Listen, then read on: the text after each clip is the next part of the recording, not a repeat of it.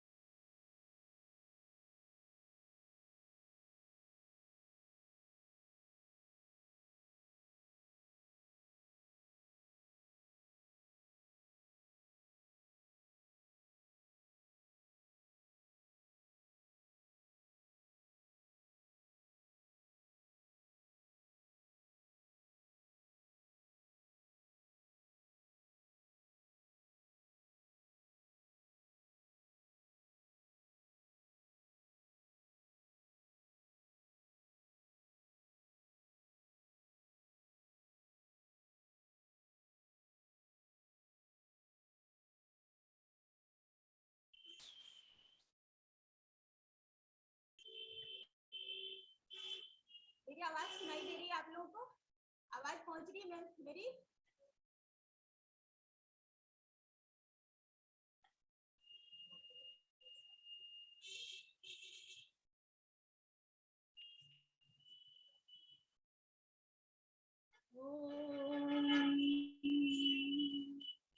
या देवी सर्वभूतेषु शक्तिरूपेण संस्थिता नमस्तस्यै नमस्तस्यै नमस्तस्यै नमो नमः। महाविद्यालय के संरक्षक एवं प्राचार्य, आज के वेबिनार के अध्यक्ष प्रोफेसर डॉक्टर अतुल शर्मा महोदय, मुख्य वक्ता डॉक्टर अभिमन्यु यादव जी, विशिष्ट वक्ता डॉक्टर नाहिद अंजुम, डॉक्टर चारू चौधरी, समस्त शिक्षक वृंद, शिक्षार्थी वृंद, आज हम सभी मिशन शक्ति विशेष अभियान 2022 की शासकीय कार्य योजना के अनुपालन में महिला सुरक्षा और साइबर क्राइम विषयक वेबिनार में प्रतिभागिता हेतु आभासीय अंतरजालीय पटल पर उपस्थित हुए हैं। मैं डॉक्टर सुनीता जायसवाल, विभागाध्यक्ष संस्कृत, संयोजिका एवं संचालिका, मिशन शक्ति विशेष अभियान 2022 आप सभी का हार्दिक स्वागत करती हूँ, अभिनंदन करती हूँ, नमन करती हूँ। आज के वेबिनार के गंभीर विषय में मैं यही कहूंगी कि अनजाने से मित्रता कर बैठे, अनजाने से मित्रता कर बैठे, अनजाने में रिश्ता जोड़ बैठे, कुछ यूं खुद को हम लुटा बैठे, कुछ यूं खुद को हम लुटा बैठे। चेहरे पर नकाब था जिनके, चेहरे पर नकाब था जिनके, उन्हें अपना मददगार समझ बैठे। छलावे की आभासी दुनिया में, छलावे की आभासी दुनिया में हम अपना सब कुछ गंवा बैठे। बताकर कहानी अपनी, बताकर हर कहानी अपनी, जताकर हर राज भरी बयानी अपनी। कंप्यूटर अपराध की दुनिया में अपराधियों के गिरफ्त में आ बैठे। हम साइबर स्पेस में साइबर क्राइम का शिकार बन बैठे, हम साइबर स्पेस में साइबर क्राइम का शिकार बन बैठे। आज महिलाएं जो है, वर्तमान समय में हम देख रहे हैं कि महिलाएं जो है अनेक प्रकार की समस्याओं से पीड़ित है, जूझ रही है, जैसे कि घरेलू हिंसा, दहेज, बाल विवाह, महिला उत्पीड़न, महिला तस्करी, ऑनर किलिंग, एसिड अटैक आदि बहुत सी समस्याएं हैं और बहुत लंबी फहरिस्त है और उन समस्याओं से वो पीड़ित है, जूझ रही हैं। लेकिन ये जो समस्याएं हैं ये अभी समाप्त नहीं हुई। इस फहरिस्त में कोई भी ऐसी समस्या नहीं है जिसको हम कह सके कि वो खत्म हुई हो या उसका प्रभाव कुछ कम हो गया हो, बल्कि उसमें एक और समस्या जुड़ गई। भारत के वर्तमान कंप्यूटर इंटरनेट के युग में एक बहुत ही गंभीर जटिल समस्या उस फहरिस्त में शामिल हो गई है, जिसका नाम है साइबर क्राइम। साइबर क्राइम क्या है और हम कैसे उसके गिरफ्त में आ जाते हैं, कैसे हमें बचना है, कैसे अपने आप को सुरक्षित रहना है, इसी विषय पर आज हम चर्चा करने जा रहे हैं। साइबर क्राइम एक ऐसा अपराध है जिसमें कंप्यूटर, लैपटॉप, कॉमटॉप, स्मार्टफोन, टैबलेट आदि गैजेट्स तथा इंटरनेट और नेटवर्क शामिल है। ये सभी इलेक्ट्रॉनिक गैजेट्स में से किसी का भी आपराधिक स्थान पर मिलना तथा इनके द्वारा किसी अपराध का करना साइबर क्राइम, साइबर अपराध या कंप्यूटर क्राइम कहलाता है। कंप्यूटर अपराध में जरूरी नहीं है कि नेटवर्क भी शामिल हो। किसी की निजी जानकारी को प्राप्त करना और उसका गलत इस्तेमाल करना, किसी की निजी जानकारी कंप्यूटर से निकाल लेना या चोरी कर लेना ही साइबर क्राइम कहलाता है। साइबर अपराध का मतलब ऐसी किसी भी आपराधिक गतिविधि से है जिसमें कंप्यूटर, नेटवर्क, डिवाइस या नेटवर्क का प्रयोग किया जाता है। इंटरनेट यूजर के लिए साइबर क्राइम में टर्म जो है, साइबर क्राइम का ये जो टर्म है, ये जो अवधारणा है, बहुत ही जाना समझा हुआ टर्म है। जब इंटरनेट को डेवलप किया गया था तब शायद इसके निर्माताओं को ये पता नहीं था कि इस इंटरनेट का गलत इस्तेमाल भी किया जा सकता है। क्रिमिनल एक्टिविटी के लिए इस इंटरनेट का या साइबर स्पेस में जो भी क्राइम होते हैं उन्हें साइबर क्राइम कहा जाता है। इसके एनोनिमस नेचर के कारण ही क्रिमिनल एक्टिविटीज की शुरुआत होती है और ऐसे लोग जिनका थोड़ा ज्यादा इंटेलिजेंस होता है वो इंटरनेट का गलत इस्तेमाल करते हैं। साइबर क्राइम की फील्ड दिन ब दिन इमर्ज होती जा रही है और क्रिमिनल एक्टिविटीज के कई जो है केसेस, कई नए फॉर्म्स, नए स्वरूप साइबर स्पेस में दिखाई पड़ रहे हैं, जैसे कि जानकारी को चोरी करना, जानकारी को मिटाना, जानकारी में फेरबदल करना, जानकारी को किसी दूसरे को देना, कंप्यूटर के हार्डवेयर और सॉफ्टवेयर के पार्ट्स की चोरी करना या उन्हें डिस्ट्रॉय कर देना। साइबर अपराध भी कई प्रकार के हैं, जैसे spam email, hacking, cracking, fishing, virus को डालना, किसी की जानकारी को ऑनलाइन प्राप्त करना या किसी पर हर वक्त नजर रखना, एटसेट्रा। ऐसी स्थिति में प्रत्येक इंटरनेट यूजर को इन साइबर क्राइम के विषय में जानकारी रखना अति आवश्यक है, क्योंकि जानकारी में ही समझदारी है। मैं ये मानती हूँ कि इंटरनेट का लोगों को जोड़ने में बड़ा योगदान है। आज इसी इंटरनेट की बदौलत हम ये वेबिनार कर पा रहे हैं, लेकिन इसके साथ ही यूजर साइबर क्राइम जैसे कि हैकिंग, थेफ्ट, आइडेंटिटी थेफ्ट और मॉलिशियस सॉफ्टवेयर का शिकार बन रहे हैं। इसलिए इन सबसे बचने के लिए हमें अपने आप को तथा अपने डाटा को, अपने इंफॉर्मेशन को सिक्योर करना अत्यंत आवश्यक है, क्योंकि साइबर क्राइम अवैध उद्देश्यों के लिए एक उपकरण के रूप में कंप्यूटर का उपयोग है तथा इसके द्वारा धोखाधड़ी, बाल पोर्नोग्राफी, बौद्धिक संपदा की तस्करी, चोरी, व्यक्तिगत जानकारी की चोरी या गोपनीयता पर आक्रमण किया जाता है। इसे कंप्यूटर अपराध के रूप में जाना जाता है। साइबर क्राइम को अंजाम देने वाले अपराधियों को साइबर क्रिमिनल्स कहा जाता है। ये अपराधी कंप्यूटर और इंटरनेट टेक्नोलॉजी का इस्तेमाल personal information, business trade secrets आदि को एक्सेस करने, मॉलिशियस काम को करने के लिए कंप्यूटर और इंटरनेट का खतरनाक इस्तेमाल करते हैं। जो अपराधी इन इलीगल एक्टिविटीज को करते हैं उन्हें हैकर्स या क्रैकर्स भी कहते हैं। साइबर क्राइम को कंप्यूटर क्राइम भी कहा जाता है, मैं पहले भी बता चुकी हूँ। इस प्रकार क्राइम के कुछ कॉमन टाइप्स हैं, जैसे कि online bank information theft, identity theft, online predatory crime, child pornography और अनऑथराइज्ड कंप्यूटर एक्सेस आदि। इसके अतिरिक्त ये साइबर क्राइम यदि व्यापक रूप ले ले तो इसे साइबर टेररिज्म कहा जाता है और ये बहुत ही गंभीर अपराध है। अगर हम इसकी कैटेगरी की बात करें, कैटेगरी भी कई पॉइंट ऑफ व्यू से हम कर सकते हैं। मेरे विचार से हमने जब स्टडी की तो हमने देखा कि जब हम इसके फील्ड पर गए, नेचर ऑफ फील्ड यानी कि फील्ड कितनी छोटी या कितनी बड़ी हो सकती है, इसकी सीमितता और व्यापकता के आधार पर 3 भागों में हम इसको बांट सकते हैं, जैसे कि individual cyber crime, property cyber crime, government cyber crime. Individual cyber crime जो होता है ये कई प्रकार का रूप ले सकता है, जैसे कि साइबर स्टॉकिंग करना, पोर्नोग्राफी को डिस्ट्रीब्यूट करना, ट्रैफिकिंग करना, ग्रूमिंग करना। प्रॉपर्टी साइबर क्राइम क्या है इसको भी समझना बहुत जरूरी है। जैसे हमारे रियल वर्ल्ड में अपराधी हमारी कीमती चीजों को, हमारे सामानों को, प्रॉपर्टी को चुरा सकते हैं, ठीक उसी तरह से वर्चुअल वर्ल्ड में भी साइबर क्रिमिनल्स जो है विक्टिम के बैंक डिटेल्स को, उसकी लॉगिन आईडी को, उसके क्रेडिट कार्ड्स, उसके डेबिट कार्ड डिटेल्स को चुरा सकते हैं और उसका गलत इस्तेमाल कर सकते हैं, दुरुपयोग कर सकते हैं।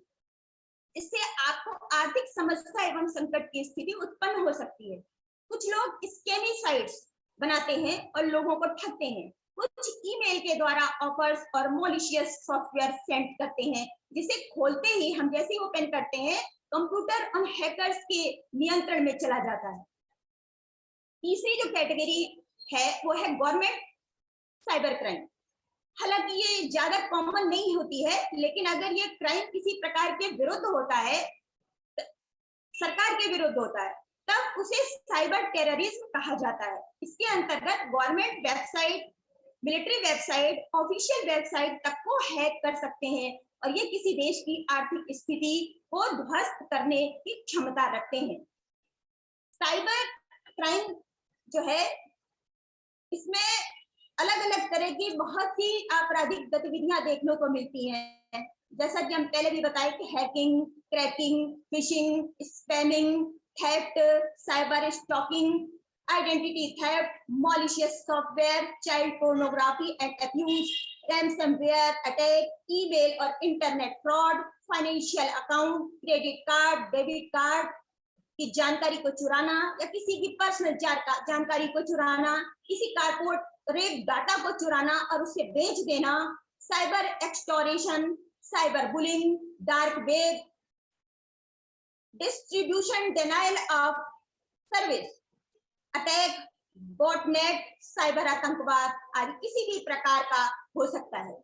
साइबर क्राइम साइबर अपराधियों द्वारा ज्यादातर वित्तीय फायदे के लिए किए जाते हैं। कुछ साइबर अपराध महत्वपूर्ण जानकारी रखने वाले कंप्यूटर या अन्य उपकरणों को नुकसान पहुंचाने या डिसेबल करने के लिए किए जाते हैं। कुछ अपराधी वायरस, मॉलवेयर या अन्य एनक्रिप्टेड कोड आदि फैलाने के लिए कंप्यूटर या नेटवर्क का प्रयोग करते हैं। कंप्यूटर को कंप्यूटर वायरस से संक्रमित करने के लिए भी टारगेट करते हैं, जो कभी कभी सर्वर, डेटा वेयर हाउस और पूरे नेटवर्क में फैल जाता है।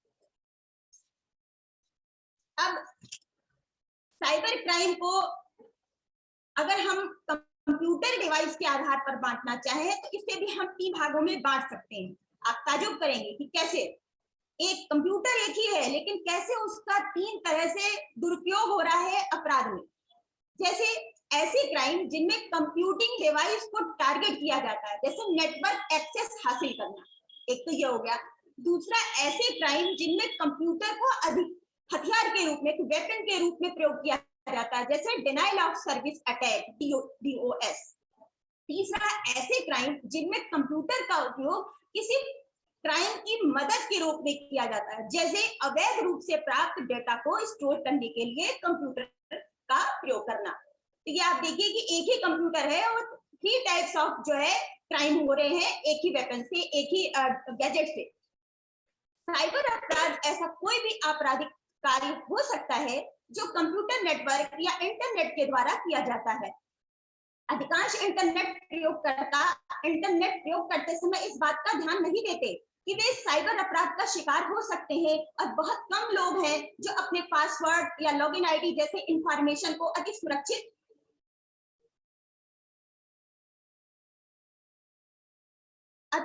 रखते हैं और टाइम टू टाइम अपडेट करते रहते हैं। यह कई लोगों को साइबर अपराध के लिए अति संवेदनशील बनाता है और इसकी जानकारी होना महत्वपूर्ण है। अब प्रश्न उठता है कि साइबर क्राइम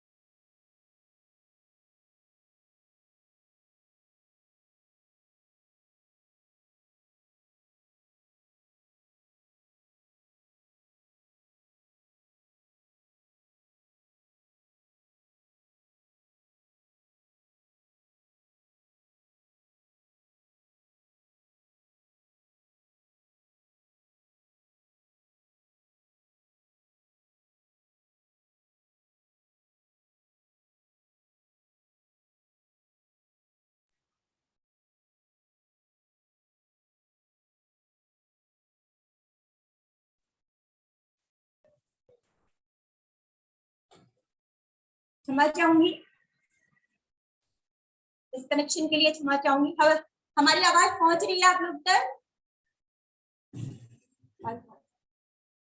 हाँ, तो मैं बात कर रही थी कि इस समस्या का शिकार होने से, इस साइबर क्राइम का शिकार होने से हम कैसे बच सकते हैं, हम अपने स्तर से क्या प्रयास कर सकते हैं अपने कंप्यूटर को, अपने गैजेट को एक्सेस करते समय। तो सबसे पहले तो वेबसाइट ब्राउज करते समय अनजान लिंक को हमें ओपन नहीं करना। दूसरा, पासवर्ड और क्रेडेंशियल दर्ज करने से पहले ये सुनिश्चित करें कि आपकी जो वेबसाइट है वो सुरक्षित है कि नहीं। तीसरी बात कि संदिग्ध ईमेल को फ्लैग करें और रिपोर्ट करें। आकर्षक विज्ञापनों पर कभी भी क्लिक नहीं करें। और एंटीवायरस और एप्लीकेशन सिस्टम को अपडेट करें। एप्लीकेशन सिस्टम और एंटीवायरस को हमें अपडेट करते रहना। और अपना जो हमारा पासवर्ड होना चाहिए वो बहुत स्ट्रांग होना चाहिए ताकि कोई इसे ट्रैक ना कर सके।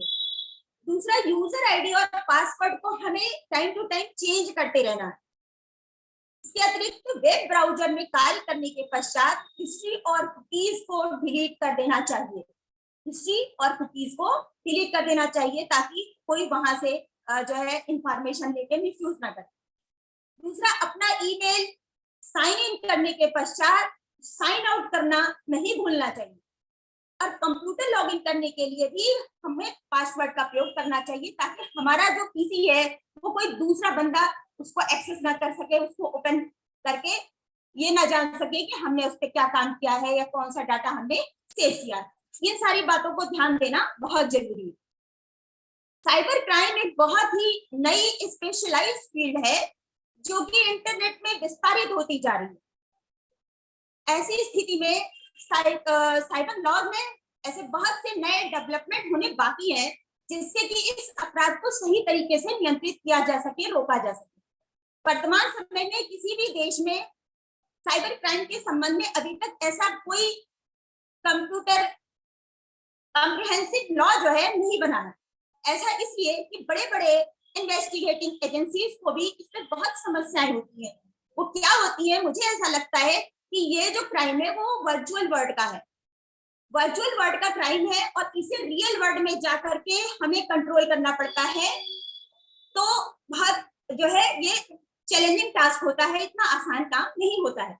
दूसरी बात, यदि भारतवर्ष की बात करें तो यहाँ पर भी कोई कॉम्प्रिहेंसिव लॉ नहीं है, लेकिन बहुत से शहरों में साइबर क्राइम सेल खोल दिए गए हैं जो कि इस केसेस को हैंडल करते हैं और साथ में ये अवेयरनेस पैदा करते हैं कि साइबर क्राइम का शिकार होने से हम खुद को कैसे बचा सकते हैं।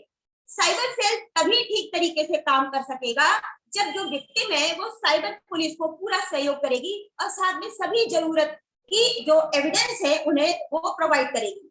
हम सभी जानते हैं कि इंटरनेट यूजर्स की संख्या भारत में बढ़ती जा रही है, जिसके कारण साइबर क्राइम की संख्या तथा दर भी बढ़ती जा रही है। हम अपने आसपास बहुत लोगों को ये कहते हुए सुनते हैं कि हम साइबर क्राइम का शिकार हो गए, या किसी की क्रेडिट कार्ड फंड जो है फ्रॉड घोषित हो गई, किसी के बैंक अकाउंट से पैसे निकाल लिए गए। तमाम इस तरह की बातें आए दिन सुनने में भी आती हैं और न्यूज़पेपर में भी पढ़ने को मिलता है। ऐसी स्थिति में बहुत सभी को दुख तो होता है, लेकिन हम बहुत बार ये समझ नहीं पाते हैं कि इस क्राइम की कंप्लेंट कहाँ करें, किससे करें, क्या एविडेंस शो करना होगा और कितना समय लगेगा हमारे केस को सॉल्व होने में। इन सभी समस्याओं के कारण तथा अज्ञानता के कारण, जानकारी के अभाव में हम कुछ भी एक्शन नहीं लेते हैं और ये साइबर अपराधी अपना अवैध आपराधिक कृत्य करते रहते हैं। वो उनको लगता है कि हमारी विक्ट्री हो गई। यदि आप साइबर क्राइम का शिकार हो गए हैं तो फिर आपको क्या करना चाहिए? सबसे पहला काम तो यह है कि आप एक साइबर क्राइम कंप्लेंट को रजिस्टर करें। ये कंप्लेंट लिखित रूप में अपने शहर में या पास के साइबर सेल में करें जहां आप रहते हैं। दूसरा, आईटी एक्ट के अनुसार एक साइबर ग्लोबल जुरिस्डिक्शन के अंतर्गत आता है, अतः आप अपनी साइबर क्राइम कंप्लेंट को भारत के किसी भी साइबर सेल में कर सकते हैं। इसके लिए आपको कहीं स्पेसिफिकली जाने की जरूरत नहीं होती है। वर्तमान में भारत में प्राय सभी बड़े शहरों में डेडिकेटेड साइबर क्राइम सेल जो है वो खुल चुके हैं। जब आप कोई साइबर क्राइम कंप्लेंट फाइल करें तब आपको अपना नाम, क्रेडिट, डेबिट अपने कॉन्टेक्ट डिटेल्स, मेलिंग एड्रेस देना पड़ता है। इसके बाद आपको लिखित कंप्लेंट भी एड्रेस करना होगा head of the cyber crime cell को, अपने शहर में जहां आपने कंप्लेंट फाइल की थी। यदि आप किसी ऑनलाइन हैरेसमेंट के शिकार हैं, तब आपको पुलिस स्टेशन में रिपोर्टिंग के दौरान एक लीगल काउंसिल असिस्ट कर सकता है। और एडिशनली आपको कुछ डॉक्यूमेंट्स भी अपने कंप्लेंट के साथ प्रदान करना पड़ सकता है। कि सब बात इस बात पे निर्भर करता है कि जो आपका साइबर क्राइम है वो किस नेचर का है, किस कैटेगरी का है। यदि आपके शहर में कोई भी साइबर सेल नहीं है इन केस, तब आप क्या करेंगे? तब ऐसी स्थिति में फर्स्ट इंफॉर्मेशन रिपोर्ट यानी कि एफआईआर भी किसी एक लीगल पुलिस स्टेशन में दर्ज कर सकते हैं। यदि आपकी कंप्लेंट को एक्सेप्ट नहीं किया गया, तब आप क्या करेंगे? ऐसी स्थिति में आप कमिश्नर को भी अप्रोच कर सकते हैं या सिटी के जुडिशियल मजिस्ट्रेट को भी कंप्लेन कर सकते हैं। कुछ साइबर क्राइम ऑफेंसेस जो है वो इंडियन पेनल कोड के अंतर भी आते हैं, इसलिए इन्हें आप पेनल कोड के अंतर्गत एफआईआर के तौर पर किसी निकटवर्ती लोकल पुलिस स्टेशन में भी रिपोर्ट कर सकते हैं। ज्यादातर साइबर क्राइम जिन्हें इंडियन पिनल कोड कवर करता है, उन्हें कॉग्निजेबल ऑफेंस के तौर पर क्लासिफाई किया जाता है। एक कॉग्निजेबल ऑफेंस वह क्राइम होता है जिसमें किसी को अरेस्ट या इन्वेस्टिगेट करने के लिए किसी भी वारंट की आवश्यकता नहीं होती है। ये बहुत इंपॉर्टेंट पॉइंट है। कॉग्निजेबल ऑफेंस में एक पुलिस ऑफिसर को बाध्य होकर के एक जीरो एफआईआर जो है दर्ज करनी होती है और उस कंप्लेन के लिए इसके बाद फिर उसे आगे फॉरवर्ड करना होता है उस पुलिस स्टेशन में जहां ये ऑफेंस एक्चुअली में हुआ है। जीरो एफआईआर विक्टिम को बहुत राहत प्रदान करता है। क्यों करता है? क्योंकि इन केसेस में इमीडिएटली एक्शन होता है, इन्वेस्टिगेशन करना पड़ता है और बिना टाइम वेस्ट किए तत्काल कार्रवाई करनी पड़ती है, जिससे शीघ्र ही निर्णय मिलता है। इंडियन पिनल कोड भारत की दंड संहिता के सेक्शन 154 के अंतर्गत ये कंपलसरी है कि कोड ऑफ क्रिमिनल प्रोसीजर में कोई भी ऑफिसर ऑफेंस होने पर कोई भी पुलिस ऑफिसर के लिए यह अनिवार्य है, उन्हें विक्टिम की कंप्लेंट को रजिस्टर करना ही होता है, चाहे वो किसी भी प्रकार का क्राइम क्यों ना हो। ऐसी स्थिति में कोई भी पुलिस ऑफिसर कंप्लेंट को रजिस्टर करने से कतई मना नहीं कर सकता। तो इस प्रकार से हम सावधानी पूर्वक कंप्यूटर इंटरनेट का प्रयोग करके तथा साइबर क्राइम संबंधी नियमों और कानूनों की जानकारी प्राप्त करके इनका समुचित उपयोग करके साइबर क्राइम का शिकार होने से बच सकते हैं, अपने को सुरक्षित कर सकते हैं तथा अपराध को नियंत्रित कर सकते हैं। और आज हमने महिला सुरक्षा और साइबर क्राइम विषय पर बहुत ही तकनीकी गहन विस्तृत जानकारी देने के लिए doctor Abhimanyu Yadav, deputy commandant officer group centre CRPF Rampur ji को सादर आमंत्रित किया है। आप यूपीएससी से चयनित हैं, 2010 बैच के पैरामिलिट्री फोर्स के सीआरपीएफ के ऑफिसर हैं। आपने जम्मू कश्मीर, छत्तीसगढ़, मध्य प्रदेश, झारखंड और उत्तर प्रदेश आदि राज्यों में अपनी बहुमूल्य सेवाएं पूर्ण सत्यनिष्ठा एवं कर्तव्य निष्ठा के साथ प्रदान की है। आपने cyber security and information technology का कोर्स किया है। आपने काउंटर इंश्योरेंस इमरजेंसी और एंटी टेररिज्म का कोर्स भी किया है, उसकी ट्रेनिंग ली है। आपने empowering women through gender sensitization का भी कोर्स किया है। Anti Naxal operation and terrorism के क्षेत्र में आपकी वीरता, दूरदर्शिता, साहस, शौर्य एवं पराक्रम के साथ देश की रक्षा करने तथा नक्सलियों एवं आतंकियों के विरुद्ध साहसी जवाबी कार्रवाई करते हुए उनके साथ मुठभेड़ में उन्हें परास्त करने के उत्कृष्ट एवं उल्लेखनीय कार्यों के लिए ऑल इंडिया लेवल के 5 मेडल से आप अलंकृत हो चुके हैं। वर्तमान में वर्ष 2019 से अद्यतन ग्रुप सेंटर सीआरपीएफ रामपुर में डिप्टी कमांडेंट ऑफिसर के पद पर आप कार्यरत हैं। नक्सलवाद, उग्रवाद, आतंकवाद के प्रबल विरोधी, आतंकी गतिविधियों के नियंत्रण, दुश्मनों की जवाबी कार्रवाई की तकनीक एवं सैन्य रणनीति के विशेषज्ञ, महिला सशक्तिकरण हेतु दृढ़ संकल्पित तथा लिंग संवेदीकरण द्वारा महिलाओं को सशक्त बनाने हेतु प्रयासरत साइबर सिक्योरिटी एवं इंफॉर्मेशन टेक्नोलॉजी के विशेष ज्ञाता मर्मज्ञ अधिकारी विद्वान, महाभारत के युद्ध के महान नायक अर्जुन के वीर पराक्रमी एवं साहसी पुत्र अभिमन्यु के अभिधान से अभेद साइबर क्राइम के जटिल चक्रव्यूह को तोड़ने के लिए कटिबद्ध एवं सतत संलग्न महिला सुरक्षा की प्रथम प्राथमिकता के ध्येयधारक अभिमन्यु संज्ञा की सार्थकता को सिद्ध करने वाले doctor Abhimanyu Yadav, deputy commandant officer, group centre, CRPF, Rampur का मैं इस बौद्धिक सत्र में हार्दिक स्वागत करती हूँ। एज ए इमिनेंट स्पीकर आपको मैं सादर आमंत्रित करती हूँ। Sir, I am proud of you, I salute wholeheartedly, I warmly welcome to this intellectual session. Thank you ma'am, thank you very much ma'am, आपने मुझे इनवाइट किया। सबसे पहले हम एक टॉपिक जो लेकर चल रहे हैं, साइबर क्राइम, साइबर सिक्योरिटी। हम लोग बेसिकली कई बार भूल जाते हैं कि साइबर क्राइम, साइबर सिक्योरिटी बड़े कॉमन क्राइम आज की डेट में हो चुके हैं। ऐसा हो चुका है कि आज हमारी स्थिति ये है कि हमारा हर दूसरा व्यक्ति किसी ना किसी प्रकार से साइबर क्राइम का शिकार हो जाता है अनजाने में। हम इस टॉपिक को बड़ा सिंपल मैंने रखा है, जिससे कि हम कहाँ कहाँ साइबर क्राइम के शिकार होते हैं वो बताने के लिए। I am audible? मैं ऑडिएबल हूँ? Yes sir, you are Audible.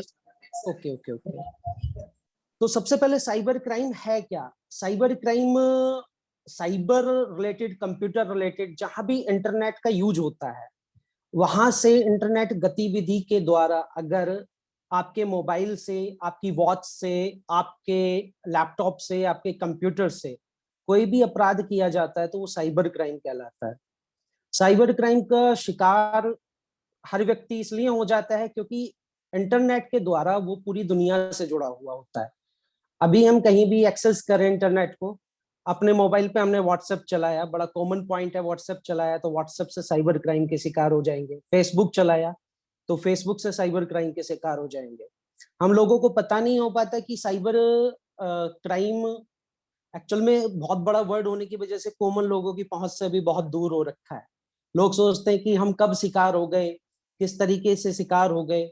तो इन सारी चीजों के लिए मैं एक छोटी सी पीपीटी देता हूँ कि बड़े कॉमन पॉइंट्स जो हमारे पास हैं साइबर सिक्योरिटी, जिसमें हम सिक्योरिटी प्रोवाइड कर सकते हैं अपने आप को और साइबर क्राइम से हम सुरक्षित रह सकते हैं। तो काइंडली एडमिन मुझे एक पीपीटी शेयर करने के लिए परमिशन दीजिएगा, जरा शेयर, मैं कंटेंट शेयर करना चाहता हूँ स्क्रीन।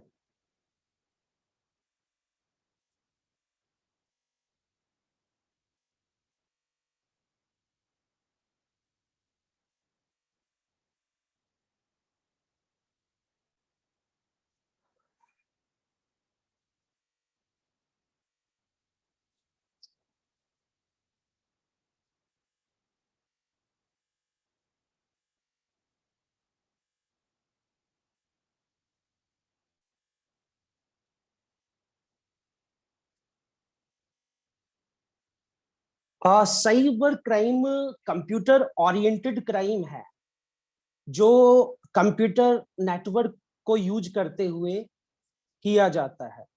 क्राइम, ऐसा क्राइम कंप्यूटर, अब कंप्यूटर से मतलब सिर्फ एक लैपटॉप नहीं होता है।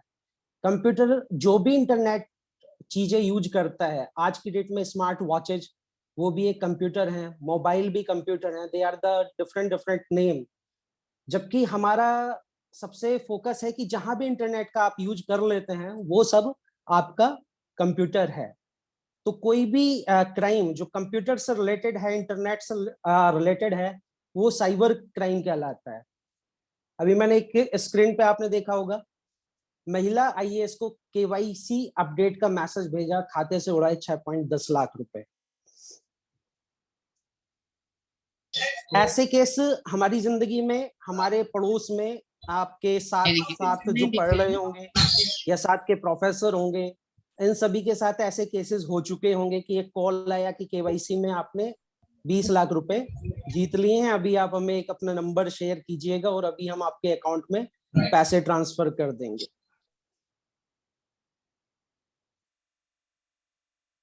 एटीएम कार्ड फ्रॉड, ये भी साइबर क्राइम का ही पार्ट हो जाता है। ये भी आए दिन हम लोग देखते हैं आसपास की, हमारे आसपास कोई एक बंदा आपको मिलेगा जो ये कहेगा कि जी एटीएम कार्ड से मेरे पैसे काट दिए गए। ये होता कैसे है? मैं बेसिक चीजें इसलिए ले रहा हूं क्योंकि जहां पर हम रह रहे हैं, जिस सोसाइटी में हम रह रहे हैं, जिस समाज से हम बिलोंग करते हैं इंडिया के, यहाँ पर बहुत ज्यादा लोग एजुकेटेड नहीं हैं, बड़े कम लोग एजुकेटेड हैं, तो इजी है साइबर क्राइम करना।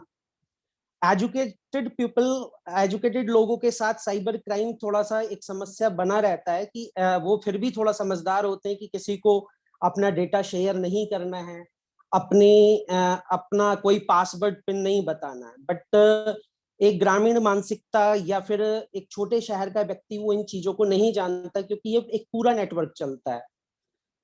एक जगह है जामतारा, जो है झारखंड में। जामतारा एक जगह है, इस पर एक वेब सीरीज बनी हुई है Excuse me, sir. Netflix. Excuse me, Abhimanyu, sir. जी, Your PPT is not showing to us. PPT is not showing to you. Yeah, sir. Okay, I am trying just. Okay.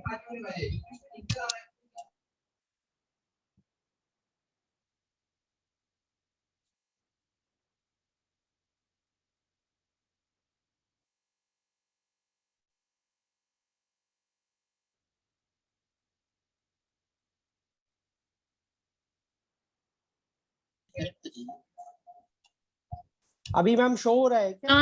No, sir, no visible. I think is there a problem? मैं screen share किया हुआ हूँ। चलिए ma'am, मैं continue. Okay, Okay. Just a second.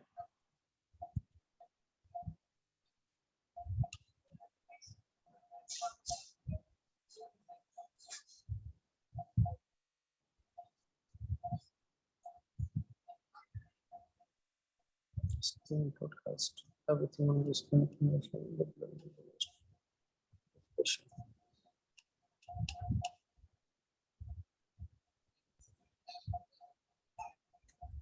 अभी ma'am No, sir. No. Admin यहाँ पे हैं जो ऑर्गेनाइज करा रहा है। Sir, I am the admin and I made you co-host okay, you are the host already. Yes.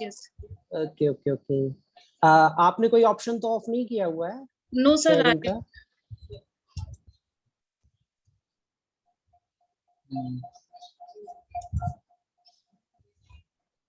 Just a second. देखना कहाँ से कुछ problem.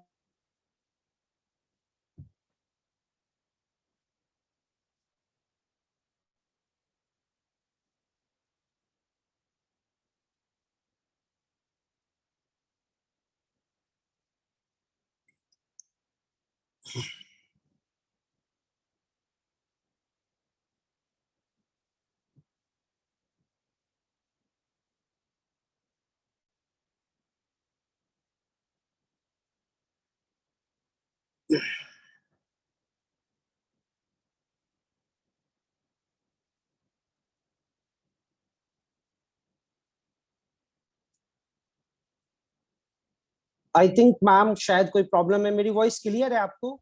Yes, sir. Your voice is clear, but your PPT is not visible. Right ma'am, मैं फिर ऐसे continue करता हूँ। I think कोई प्रॉब्लम है, वहां से फिर चेक उधर से भी देखना पड़ेगा, क्योंकि मैं इसे होस्ट नहीं कर रहा हूँ एक्चुअल मीटिंग को, तो बहुत सारे ऑप्शंस मेरे पास अवेलेबल नहीं है फिलहाल। Okay, sir. अब हम बात करते हैं साइबर क्राइम के कंपोनेंट्स पर, कि साइबर क्राइम्स के क्या क्या कंपोनेंट हैं। आपके कंप्यूटर्स हो गए, मोबाइल फोन हो गए, गेम कंसोल हो गए जो हम घर पे यूज करते हैं, पोर्टेबल डिजिटल असिस्टेंट्स जितने भी हैं, जो आईपॉड म्यूजिक सिस्टम आते हैं जिसमें हम सिम यूज करते हैं, ये सभी हमारे आज की डेट में एसेंशियल कंपोनेंट्स हैं जो साइबर क्राइम को बढ़ावा देते हैं। अभी मैं एक साइबर क्राइम की बात बताता हूं आपको, यूपीआई और Bhim fraud. Government, Modi government जब सेलेक्ट हुआ, केंद्र सरकार में आया, तो यूपीआई पेमेंट और भीम पेमेंट पे काफी फोकस किया गया। और अभी आप ये देख रहे होंगे कि पिछले लगभग 3 से 4 सालों के अंदर हर शॉप पे यूपीआई आ गया, भीम ऐप से ऑनलाइन ट्रांजैक्शन होने शुरू हो गए। तो इसमें इससे फायदा बहुत हुआ, लोग बड़े कंफर्टेबल हो गए। बट यूपीआई और भीम फ्रॉड आज की डेट में इस तरीके से चल रहे हैं कि आप लोकल यूपीआई से आपके पैसे से ट्रांजैक्शन कर लेंगे और आपको एक पिन भेजेंगे। इसमें एक सॉफ्टवेयर का मैं नाम बताता हूँ, एनीडेस्क एक सॉफ्टवेयर होता है जिससे मैं immediately AnyDesk and there are the various different software कि मैं आपकी स्क्रीन को अपने मोबाइल पे कभी भी ले सकता हूँ, सिर्फ आपसे मैं एक पिन मांगूंगा। आप इस बात की गंभीरता को थोड़ा समझिएगा कि सिर्फ एक पिन और आपका सारा डेटा मेरे पास आ जाएगा। ये है साइबर क्राइम और साइबर सिक्योरिटी में जो लोग एक्सपर्ट हैं वो सिर्फ आपका डेटा इसी तरीके से आपके मोबाइल में एंट्री कर देंगे। आपके पर्सनल पासवर्ड्स, पर्सनल फोटोग्राफ्स, वो सभी तुरंत ही चुरा के लेके जाएंगे। आपको जानकर आश्चर्य होगा कि जब हम एक कंप्यूटर को इंटरनेट से जोड़ते हैं तो मिनिमम 1 लाख पोर्ट कंप्यूटर में ओपन होते हैं। Port in a simple language में बताता हूं कि पोर्ट होता है कि 1 लाख कनेक्शन आपके डेवलप हो गए जहां से डाटा का पैकेट आपके कंप्यूटर के अंदर आना है। वो डाटा पैकेट्स पे अटैकर, साइबर हैकर अटैक करते हैं आपके पोर्ट पे, और अगर आपके पोर्ट को उन्होंने सिर्फ पोर्ट पे अटैक कर दिया तो आपका जितना डाटा आपके कंप्यूटर मोबाइल में सेव है वो सारा वो तुरंत वहां से लेके चले जाएंगे और आपको पता भी नहीं चलेगा कि हमारे साथ ये किस तरीके का अपराध हो गया है, किस तरीके की चीजें हमारे साथ घट चुकी हैं। एक ई सिम फ्रॉड। ई सिम फ्रॉड क्या है कि आजकल इलेक्ट्रॉनिक वॉचेज या mobile phone, specially Apple phone और अभी कुछ नए डिफरेंट एंड्रॉइड फोन भी आ गए हैं, ये फोन ई सिम फैसिलिटी प्रोवाइड कराना शुरू कर दिए हैं। बड़ा इजी लगता है हमें कि हमारा कोई फिजिकल सिम हमारे पास अवेलेबल नहीं है, हम एक सिम को लेंगे और ई सिम बना के अपने मोबाइल में एयरटेल का अगर आपका एक सिम है और आप एयरटेल स्टोर पे जाएंगे कि मेरा ई सिम इसे कन्वर्ट कर दीजिएगा, तो ई सिम वो कन्वर्ट करेगा, यहीं से पहला फ्रॉड शुरू हो जाता है। यहाँ पे एक ऐसा बंदा होगा एक जो इस ई सिम को सेल कर देगा आपके।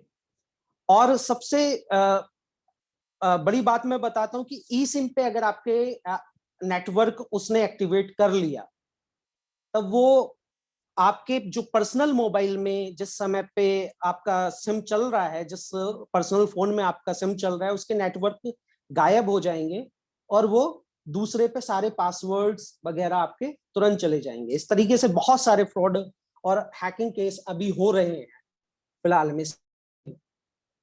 सिम स्वैपिंग एक मेथड है आपके मोबाइल सिम का डुप्लीकेट सिम बना लेना। हम लोग बड़े कई बार इस बात को लेके कैजुअल रहते हैं कि मेरा सिम किसी ने लिया। आपके सिम के पीछे जो डिजिट्स लिखे हुए हैं वो आपका एक यूनिक कोड होता है जो सिर्फ आपके पास होता है और उसका डेटा कंपनी के पास होता है। इस पर्टिकुलर चिप के माध्यम से, सिम को हम एक चिप कहते हैं कंप्यूटर की लैंग्वेज में, इस चिप के माध्यम से वो एक डुप्लीकेट सिम जनरेट कर लेगा। तो जनरली बड़ा हम कैजुअल ले लेते कि मेरा सिम मेरे किसी फ्रेंड ने मांगा कि ये ले लो थोड़ी देर के लिए सिम। आप शॉप पे गए, बिना सिम निकाले आपने अपना मोबाइल फोन ठीक करने के लिए दे दिया, वो आपके सिम को स्वैप कर लेगा। और सिम स्वैप करने के बाद सबसे पहले वो एक डुप्लीकेट सिम बनाएगा और सेम कंडीशन इसमें भी होगी। अब ना कंपनी को पता है कि सिम कौन यूज कर रहा है, एयरटेल, वोडाफोन या फिर जियो, कोई भी कंपनी ये नहीं जानती है कि ये सिम कौन यूज कर रहा है। वो आपके सिम को एक्टिवेट करेगा और आपके सिम से सारी फ्रॉड एक्टिविटी कर देगा। ATM fraud. एटीएम फ्रॉड बड़ा कॉमन फ्रॉड आज की डेट में हो गया है। एटीएम फ्रॉड से बचने के लिए हमें क्या करना चाहिए? एटीएम फ्रॉड में हमें अपने पिन्स रेगुलरली चेंज करते रहना चाहिए। अपना एटीएम किसी भी व्यक्ति को ना दें। Virtual keyboard in common language virtual keyboard क्या होता है? जो सामने हमारा एक कंप्यूटर पे स्क्रीन आ रही होती है, इसी की एक डुप्लीकेट स्क्रीन वर्चुअल स्क्रीन कहलाती है। सेम आपको लगेगा कि ये स्क्रीन बिल्कुल मेरे सामने जो है वो कंप्यूटर की एटीएम की बिल्कुल सही स्क्रीन है। आप वहां पे अपना पिन एंटर करेंगे, बट वो पिन आपका एंटर स्टेट बैंक या किसी अन्य बैंक के साइट पर नहीं हो रहा होगा, वो हो रहा होगा वर्चुअल स्क्रीन पर। वर्चुअल स्क्रीन पे आपकी डिटेल गई, आपका पिन एक बार उसने चुरा लिया, अब नेक्स्ट टाइम उसे आपके एटीएम कार्ड की भी रिक्वायरमेंट नहीं होगी, वो आपका पैसा डिटेक्ट कर लेगा। हमारे यहाँ यूपीआई और भीम बढ़ने से इस तरीके के फ्रॉड भी बहुत ज्यादा बढ़े हैं। कुछ सॉफ्टवेयर हैं, मैं नाम बताता हूं उनके, जैसे AnyDesk, team viewer, quick support, जिससे हमें बड़ा इजी लगता है अपनी कॉमन लाइफ में कि हम अपनी स्क्रीन को दूसरे पे शेयर कर देंगे, उसके यहाँ बड़े अच्छे से वीडियो देख लेंगे, उसके मोबाइल में वो क्या कर रहा है ये सारी चीजें कर लेंगे। बड़े लुभावने ऑफर इस तरीके के हमें मिलते रहते हैं, हमें किसी फ्रेंड ने बता दिया। तो सॉफ्टवेयर इस तरीके के सॉफ्टवेयर हमेशा हार्मफुल रहते हैं। अब कैजुअलनेस हमारी होती कहाँ से है इसमें? हमारी कैजुअलनेस शुरू होती है, हमने प्ले स्टोर से एक सॉफ्टवेयर को डेवलप किया, डाउनलोड किया प्ले स्टोर से। प्ले स्टोर या ऐप स्टोर ये ऑथेंटिकेशन रखते हैं, चेकबैक रखते हैं अपने सॉफ्टवेयर पे। प्ले स्टोर एक ऐसा प्लेटफॉर्म है जहां बहुत सारे सॉफ्टवेयर फ्रीली भी अवेलेबल रहते हैं, हम डाउनलोड कर लेते हैं। क्योंकि प्रमोटर्स क्या करते हैं आज की डेट में, जिस भी साइट को आप देखते हैं, आप नोटिस करते होंगे फेसबुक पे आप खाने का वीडियो बनाना देखना शुरू कर दें, आपके सारे वीडियोस फेसबुक में खाने से रिलेटेड ही हमेशा आते रहेंगे। डिलीशियस डिश, आप सॉन्ग सुनना शुरू कर दें, ओल्ड सॉन्ग सुनना शुरू कर दें या न्यू सॉन्ग सुनना शुरू कर दें, तो सारे जो रिलेटेड हैं कोरिलेटेड हो जाएंगे, आपके पूरा डेटा उठा लेंगे, सारे जितनी आप एप्लीकेशन यूज करते हैं और कहाँ कहाँ आप क्या देखते हैं, ये सारा डेटा वहां पर चला जाएगा। अब मैं बता रहा था कि ये ऐसे सॉफ्टवेयर हैं जो आप थर्ड पार्टी सॉफ्टवेयर, अब कई बार आप जब सॉफ्टवेयर इंस्टॉल करने जा रहे होते हैं तब आपको ये बात का ध्यान रखना चाहिए कि हम थर्ड पार्टी सॉफ्टवेयर इंस्टॉल ना करें। मैंने अभी भी बताया कि ऐप स्टोर और एंड्रॉइड से जो हम गूगल प्ले से जो हम सॉफ्टवेयर डाउनलोड करते हैं वो सेफ रहते हैं in general, not 100%, but third party applications जितनी हैं, थर्ड पार्टी सॉफ्टवेयर जितने हैं, हमें अपने मोबाइल और अपने कंप्यूटर में कभी डाउनलोड नहीं करने चाहिए, जिससे आप इस तरीके के फ्रॉड से बच जाएंगे। अभी मैं एक सोशल नेटवर्किंग सिक्योरिटी के विषय में आपको बताना चाहता हूं। सोशल नेटवर्किंग साइट्स, हमारी सोशल नेटवर्किंग साइट्स हैं, फेसबुक हो गया, ट्विटर हो गया। आज की डेट में एक हमारा ट्रेंड बना हुआ है कि हम Facebook, Twitter, YouTube, Instagram, Google, इन पे बहुत ज्यादा एक्टिव रहते हैं। आप बिलीव करेंगे कि 2.2 बिलियन यूजर हैं फेसबुक के, डेली एक्टिव यूजर 1.4 बिलियन है। ये 2004 में ये कंपनी एस्टैब्लिश हुई थी। 300 मिलियन फोटोज अपलोडेड होते हैं डेली फेसबुक पर। 8 बिलियन वीडियोस डेली व्यू होती हैं। और ये नंबर 1 पे है यूट्यूब, 1.5 बिलियन यूजर हैं। मैं ये डेटा आपको इसलिए बता रहा हूं कि आपको पता, इससे ये आइडिया लगेगा कि हम कितने एक्टिव रहते हैं, हमारे कितने लोग हमेशा नेटवर्क पे एक्टिव रहते हैं। 30 मिलियन लगभग डेली एक्टिव यूजर यूट्यूब के हैं और इनकी लगभग 5 बिलियन वीडियोस डेली देखी जाती हैं और एवरेज 40 मिनट का हर व्यक्ति का निकल के आता है। इससे इंस्टाग्राम पे 800 मिलियन यूजर्स हैं active, 500 million daily Instagram use करते हैं। व्हाट्सएप पे 700 मिलियन है, 320 मिलियन डेली एक्टिव यूजर्स हैं इसके, और 43 बिलियंस मैसेज डेली व्हाट्सएप पर जाते हैं। गूगल 395 मिलियन यूजर्स हैं। तो ये मैंने आपको वो डाटा बताया जो हमारा सोशल नेटवर्किंग साइट का डाटा है। सोशल नेटवर्किंग साइट पे हम बिल्कुल भी सिक्योर हैं ही नहीं, क्योंकि इतने यूजर्स, कंपनी, किसी भी सोशल नेटवर्किंग कंपनी का हेडक्वार्टर इंडिया में नहीं है। हमारे गवर्नमेंट के रूल्स किसी दूसरे देश में साइबर सिक्योरिटी पे कहीं लागू होते हैं, कुछ कंट्रीज में, कुछ में नहीं होते। यहां से हुए किसी भी क्राइम पे कंट्रोल नहीं है। इसलिए जब भी इन चीजों का यूज करें तो आप बड़ा सोच समझ के इन्हें यूज करना चाहिए। इन्हें सेफ्टी रखने के लिए कुछ चीजें हैं। Manage your privacy settings.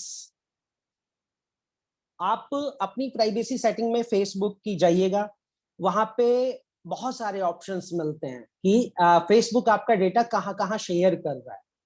Privacy settings आप गूगल, ट्विटर, फेसबुक, जितनी सोशल मीडिया साइट है सभी की प्राइवेसी सेटिंग्स होती हैं। आप प्राइवेसी सेटिंग्स पे जाइएगा, वहां पे आपका डेटा कहाँ यूज हो रहा है, वो किसे शेयर कर रहे हैं, ये सब वहां से आप कंट्रोल कर सकते हैं। ये सोशल नेटवर्किंग मीडिया से बचने के सेफ्टी प्रिकॉशंस हैं। अपनी इंफॉर्मेशन को पर्सनल रखें। बच्चे का बर्थडे हुआ, हमने एक फोटो डाल दिया, अपना बर्थडे हुआ फोटो डाल दिया, मैरिज एनिवर्सरी आई फोटो डाल दिया, 500 लाइक हमारे पास आ गए, ये हमें बड़ा अच्छा लगता है। ये डेटा क्या है?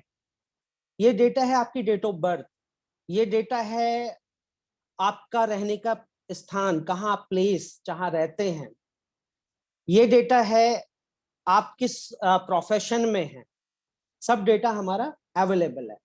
मैं इसलिए कॉमन चीजों की बात कर रहा हूं जहां पे हम मिस्टेक्स करते हैं। अब ये डेटा जाता किस तरीके से है, इसके पीछे का नेटवर्क किस तरीके से काम करता है, इसके पीछे का नेटवर्क काम करता है, ये डेटा सेल होता है, आपका डेटा बेच दिया जाएगा।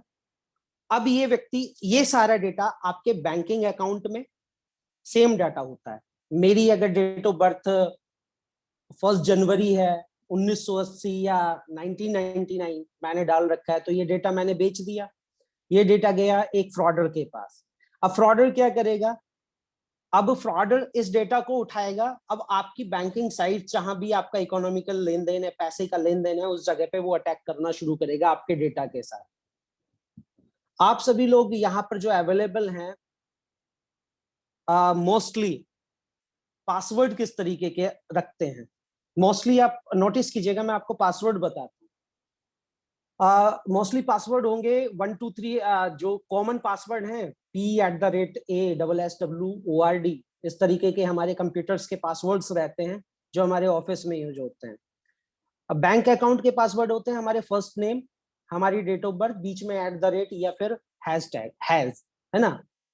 इसके बाद आधे पासवर्ड हो जाएंगे अपनी कोई बेटे के नाम पे रखेगा, कोई अपने बच्चे के नाम पे रखेगा, कोई अपने बिल्कुल क्लोज फ्रेंड के नाम पे पासवर्ड रख देगा। ये इंडियन मेंटालिटी पासवर्ड्स हैं। और अगर हम लोगों के, ये सभी लोगों के, ये डेटा सर्वे हमारे द्वारा एक बार किया गया था, तो मोस्टली पासवर्ड इस तरीके से डिटेक्ट होते हैं कि मेरा नाम अभिमन्यु है तो मेरा पासवर्ड मेरे नाम के शुरू के 4 वर्ड, मेरे नाम के शुरू के 5 वर्ड, या पहले मेरी डेट ऑफ बर्थ या बाद में मेरी डेट ऑफ बर्थ, इस टाइप के बड़े कॉमन पासवर्ड हमारे मिलने शुरू हो जाते हैं। आपकी इंफॉर्मेशन आपने कहाँ दी? फेसबुक पे, व्हाट्सएप पे शेयर किया था फोटो, आपको पता ही नहीं, आपके साथ फ्रॉड होना शुरू हो गया।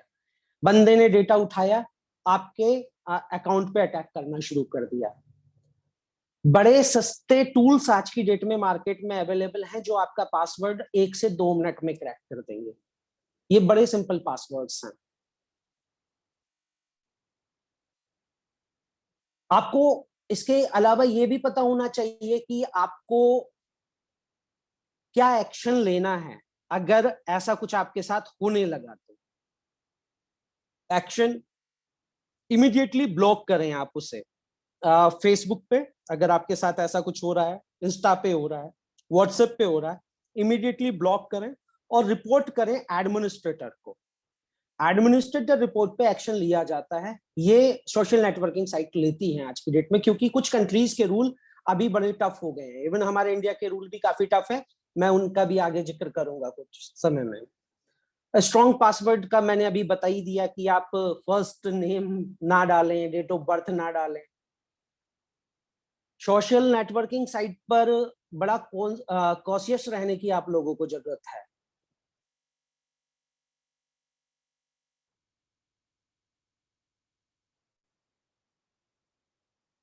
सेकंड पॉइंट है वेबसाइट की रिलायबिलिटी चेक करना। वो कैसे की जा सकती है? आप जब गूगल सर्च करते हैं तो गूगल सेफ सर्च का एक ऑप्शन देता है। आप अपने मोबाइल कंप्यूटर में आप जाएंगे, उसकी प्राइवेसी सेटिंग्स खोलेंगे तो वहां पे सेफ सर्च के ऑप्शंस रहते हैं। वो आपको एक्टिव रखने चाहिए, इनेबल रखने चाहिए। तो ये सारे ऑप्शंस अवेलेबल हैं जिससे हमें बेनिफिट रहेगा। इसके अलावा एक लॉक लग के आता है, आपने गूगल के ऊपर कॉर्नर पे देखा होगा। HTTP प्रोटोकॉल के तहत जो लॉग्ड साइन है वो सेफ साइट्स हैं, वो कॉपी साइट्स नहीं है, क्योंकि गूगल भी जनरली अपना डेटा चेक करता रहता है कि कोई ऐसी साइट तो नहीं है जिसे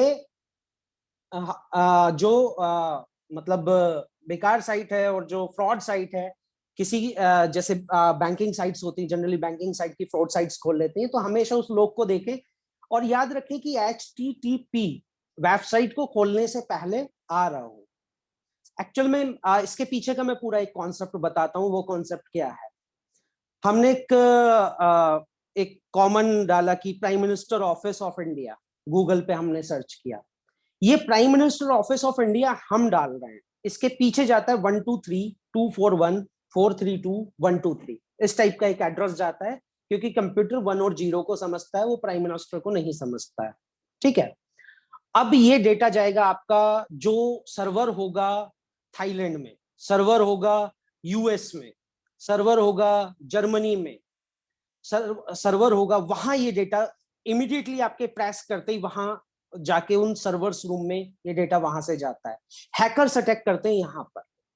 जैसे ही आपका डेटा का पैकेट आपके कंप्यूटर से गया, आपके मोबाइल से गया, आपके लैपटॉप से गया, अब हैकर्स आपके डेटा पैकेट्स पे अटैक करना शुरू करेंगे। आपने इंफॉर्मेशन क्या भेजी, ये डेटा पैकेट्स हैक करके आपकी सर्चिंग से, जो आप सर्च करते हैं, जो भी आपकी हिस्ट्री होती है, उनसे ये सारे डेटा पैकेट्स चुरा लेते हैं। नेक्स्ट, हम तो वेबसाइट की रियलिटी चेक करने के लिए लोग देखें HTTP प्रोटोकॉल को वो फॉलो करती हो, ये चीजें हमें ध्यान रखना है। Use 2 factor authentication. आपने अभी एक चीज नोटिस किया होगा कि आजकल जब हम ट्रांजैक्शन करते हैं तो बैंकिंग साइट्स 2 फैक्टर ऑथेंटिकेशन करती हैं। 2 फैक्टर ऑथेंटिकेशन है, आपके मोबाइल पे एक पासवर्ड, एक कोड आएगा, वो कोड जब तक आप उस पर्टिकुलर साइट पे नहीं डालोगे वहां पर आपको एक्सेस नहीं मिलेगी। तो ये 2 फैक्टर ऑथेंटिकेशन होता है। फेसबुक, आज की डेट में mostly social active sites, Google, Facebook, सब 2 फैक्टर ऑथेंटिकेशन का एक ऑप्शन देती हैं।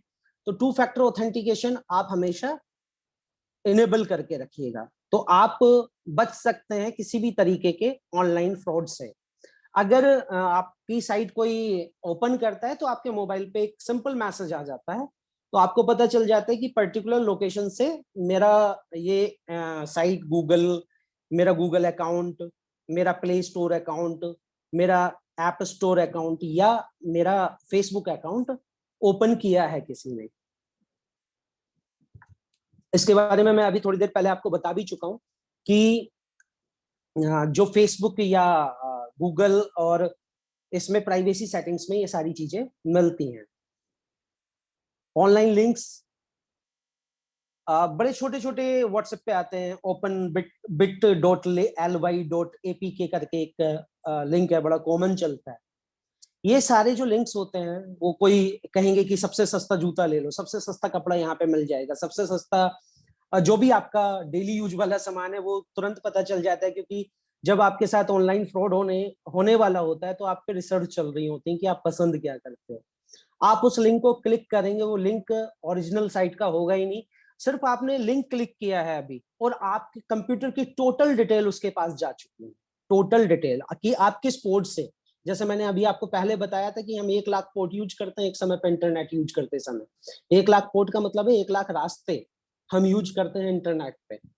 किस पोर्ट से आप जनरली डेटा भेजते हैं, पहले वो वहां पर अटैक करेगा, वहां से आपका डाटा पैकेट चुराएगा, डाटा पैकेट चुराने के बाद उसमें क्या इंफॉर्मेशन है उसे डिकोड करेगा और वो आपके कंप्यूटर में आ गया, आपके लैपटॉप में आ गया, आपके मोबाइल फोन में आ गया, आपके वॉच में आ गया। अभी आपके साथ फ्रॉड होना शुरू हो गया। एक छोटा सा लिंक, एक सस्ता सामान का, बस हम उसी से थोड़ा सा एकदम लालच बना, नहीं यार ये तो बड़ा अच्छा है, इस तरीके से हमारे साथ फ्रॉड होता है। फ्री वाईफाई हमें पब्लिक प्लेस पर यूज नहीं करना चाहिए। फ्री वाईफाई बोले वीडियो डाउनलोड कर लें। जैसे ही आप वीडियो डाउनलोड करते हो आपको पता ही नहीं होता कि आपके मोबाइल फोन में एक और सॉफ्टवेयर अपलोड हो गया जो आपकी स्क्रीन पे नहीं आएगा, बट वो सॉफ्टवेयर आपकी सारी इंफॉर्मेशन अब आप जो मोबाइल में करेंगे वो व्यक्ति इस्तेमाल करेगा। वीपीएन का आप यूज कर सकते हैं, वर्चुअल प्राइवेट नेटवर्क होता है। वीपीएन आजकल मिलते हैं, बट कोई भी वीपीएन का फ्री वर्जन ना लें आप अपने लैपटॉप के लिए या अपने मोबाइल के लिए। इन सभी चीजों से बचने के लिए वीपीएन होता है कि आपको एक सेफ पैसेज दे देता है कि आपका जो डाटा है इस पर्टिकुलर, अगर आपके पास एयरटेल का सिम है तो एयरटेल आपको एक सेफ पैसेज दे देगा आपके डाटा के लिए। But VPN virtual private network नाम से एक सॉफ्टवेयर आता है, ये पेड सॉफ्टवेयर आप लेंगे, क्योंकि इंटरनेट पे कोई भी चीज आपको फ्री में नहीं मिलती। ये आप हमेशा अपने दिमाग में बना के रखें हम लोग, तो कि इंटरनेट पे हमें कोई भी चीज फ्री में नहीं मिलती है। अगर हमने कोई फ्री सॉफ्टवेयर इंस्टॉल किया है तो हमने कोई कंडीशन उसकी एग्री कर ली है जिससे कि वो हमारा डेटा चुरा रहा है।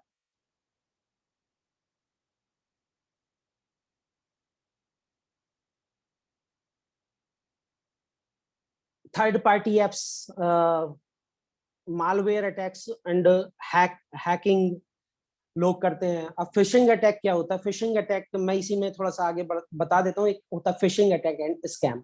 आपका एक डुप्लीकेट ईमेल बना लेंगे, जो पासवर्ड आपके पास जाते हैं वो सेम डुप्लीकेट ईमेल पे जाने शुरू हो जाएंगे। इसलिए गूगल में जब भी आप याहू, गूगल या फिर अन्य किसी साइट से अपना मेल आईडी बना रहे हैं तो ध्यान रखें उसकी प्राइवेसी सेटिंग में आप 2 फैक्टर ऑथेंटिकेशन रखें, जिससे कि कभी भी उस अकाउंट की कोई एक्टिविटी होती है तो उसे आप मॉनिटर कर सके। कुछ चीजें हैं जो आपको बहुत ज्यादा ध्यान रखनी है।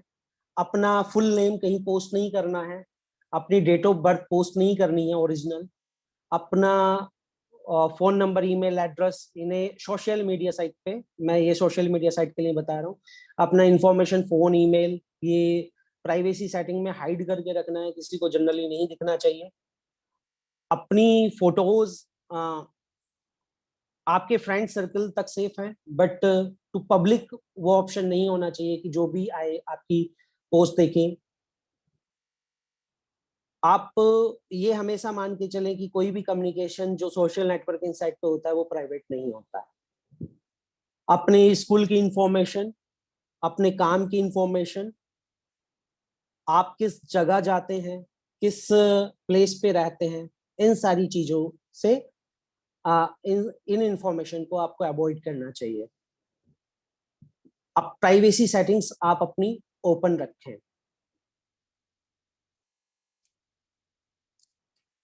अब मैं आगे कंटिन्यू करता हूँ।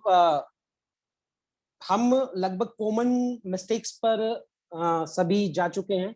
अभी हम क्रिमिनल व्यू से देख लेते हैं कि क्रिमिनल व्यू में हमारे पास अभी क्या रूल है।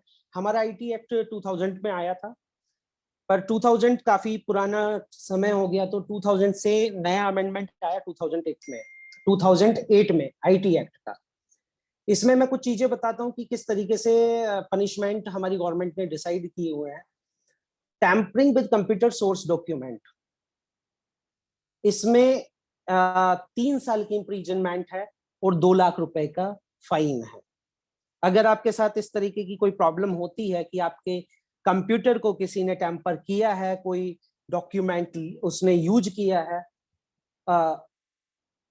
तो आप इसकी शिकायत, वो अभी मैं आपको बताऊंगा, मैम ने भी बता दिया था, सुनीता मैम ने कुछ समय पहले बताया था कि सभी डिस्ट्रिक्ट में साइबर सेल्स अवेलेबल हैं, तो आप अप्रोच कर सकते हैं। SP is competent of particular district for any complaint और एनी सर्च, किसी भी चीज के लिए वो कॉम्पिटेंट हैं, उन्हें फुल पावर इसमें दिया हुआ है।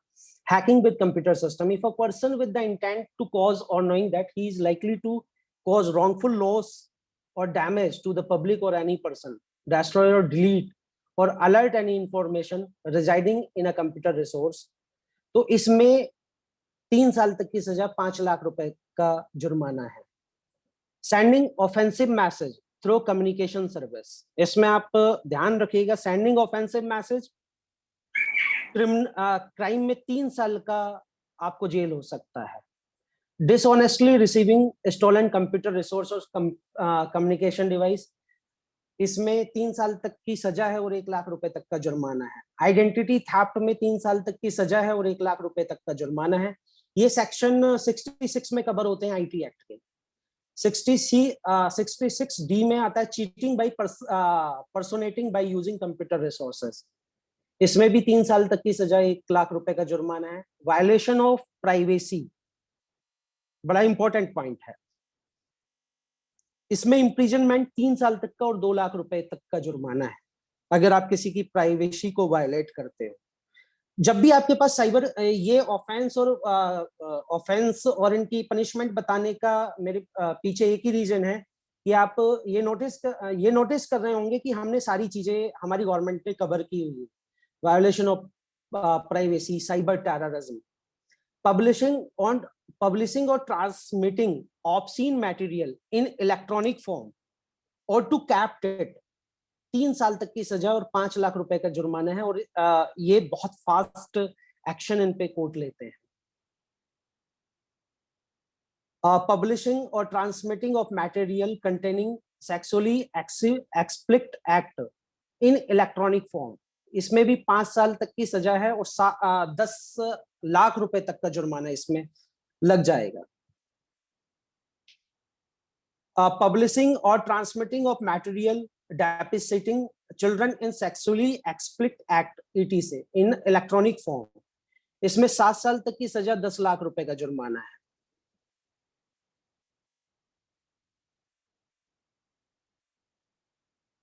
ये कुछ इंपॉर्टेंट एक्ट थे जो हमारा कवर किया, हमारे आईटी एक्ट में कवर होते हैं। इसकी कॉपी इंटरनेट पे अवेलेबल है, आप चेक कर सकते हैं आईटी एक्ट, और सभी स्टूडेंट्स को भी इसकी जानकारी होना चाहिए। कंप्लेंट का एक पॉइंट मैम ने बताया था कि कंप्लेंट हमें कहाँ करना है। हमारे डिस्ट्रिक्ट का साइबर सेल है, हर डिस्ट्रिक्ट में एक साइबर सेल होता है, वहां पर आप कंप्लेन कर सकते हैं। अगर आपके साथ कोई बैंकिंग फ्रॉड होता है तो बैंकिंग फ्रॉड के लिए आप इमीडिएटली अपना बैंक का जो कार्ड है उसे ब्लॉक करें, और कस्टमर केयर को फोन करके भी आप इमीडिएटली अपने कार्ड को ब्लॉक कर सकते हैं, क्योंकि कोई भी ट्रांजैक्शन 24 आवर्स तक बैंक क्लियर नहीं करता है, बशर्ते सामने वाले अकाउंट्स ने तुरंत ही पैसे ना निकाल लिए हो। तो ये मेरी तरफ से था।